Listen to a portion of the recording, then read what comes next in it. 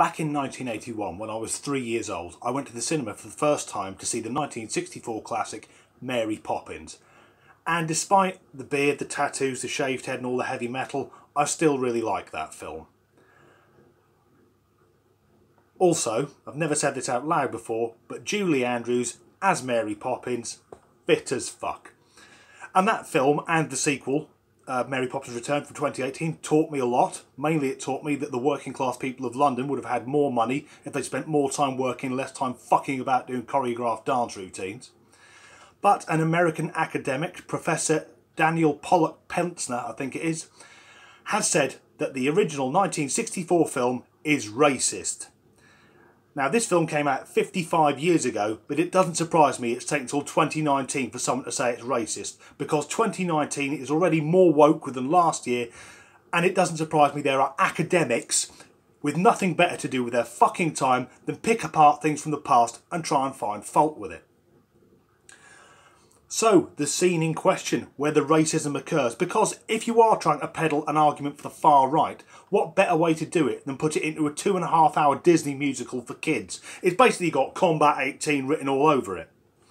But in the film, when Jane and Michael Banks and Mary Poppins disappear up the chimney and emerge on the roof where they meet Bert, played by Dick Van Dyke, who does several jobs in that film, there's some sort of benefit fraud going on there, I think. But as they come out of the chimney, they are covered in soot, as you would be if you passed through a flue. But what Mary Poppins does next is she takes out her compact mirror, looks at her reflection and applies her makeup, but she actually applies soot. And this is where the professor says, this is Mary Poppins blacking up. Now, she's not put on blackface, that really horrible old form of entertainment from the past. She's put some soot on. And I think as a kid, it worked because it's a visual gag. And today, as a 40-year-old man, I've been trying to think through, well, why would they do this? And if it's not just as a visual joke, I thought, well, the character is so sure of herself, so headstrong. If she opened up her compact and there was soot in it, she would pretend she intended to do that. I may be fucking overthinking this. But the professor continues that when the song Step in Time takes place, all of the chimney sweeps, who are the dancers and singers, they're also white people with soot on their faces, and he argues that this is blackface. And again, I don't think it is. And the song ends when Admiral Boom, the admiral who lives down the road, disperses them by firing fireworks at them. And fuck me, as an adult, does that guy have some serious PTSD going on. Fires a cannon off every hour. What the fuck has he seen in his life? But this idea, it's about... Oh, sorry, just before I go on. The professor also argues that firing the fireworks at the dancers was Disney's way of showing the message about getting rid of the Black Menace, his words, not mine.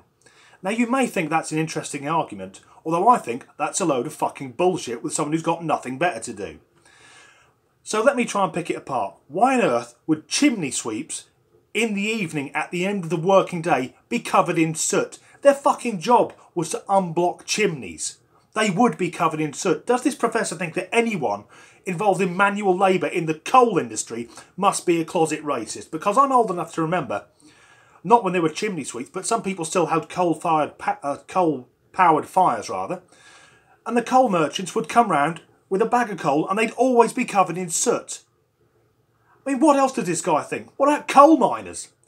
Did he think they all turned up for work in pressed white linen suits, and as soon as they got below ground, that they're covering themselves in soot and doing Al Jolson songs? Has he never seen a fucking fire engine? A steam engine? Or a steam train even? You've got the driver, who'll always have some soot, but the fireman, the guy putting the coal in, that's where I got fire from, is always covered in soot. My grandfather, actually, was a sailor during the Second World War on a cruiser fighting the Japanese, and he was a lead stoker. Rest in peace, Grandad. But he would have been absolutely covered in soot. So do you think him and his shipmates were concerned more about the threat of Japanese submarines and kamikaze pilots, or whether their black appearance might piss off some academic 75 years in the future with fucking nothing else to do? But don't worry, I've been thinking about other Disney films, because if Mary Poppins is racist, what can we make of the other Disney horrors? Well, think about Dumbo. My God, that elephant is constantly shamed for his appearance, so we best never let kids watch that again. Those snowflakes be crying into the fucking couscous. Bedknobs and Broomsticks. That is a film about witchcraft and it's got Nazis in it. I guarantee every satanic murder that's taken place in the last 45 years wouldn't have happened if some vulnerable child hadn't watched Angela Lansbury bobbing along under the beautiful briny sea. Aladdin, don't give me that either. I mean, you get kids watching stereotypical depictions of Arab people. Fuck me, I guarantee every kid that watches Aladdin now will be off to Syria to join ISIS. So why not let them watch a more adult film? Recently I watched an enthralling film about a father. His wife was murdered, his son was kidnapped, and he had to track him down going around the world with the help of a woman with severe mental disabilities. That film is Finding Nemo.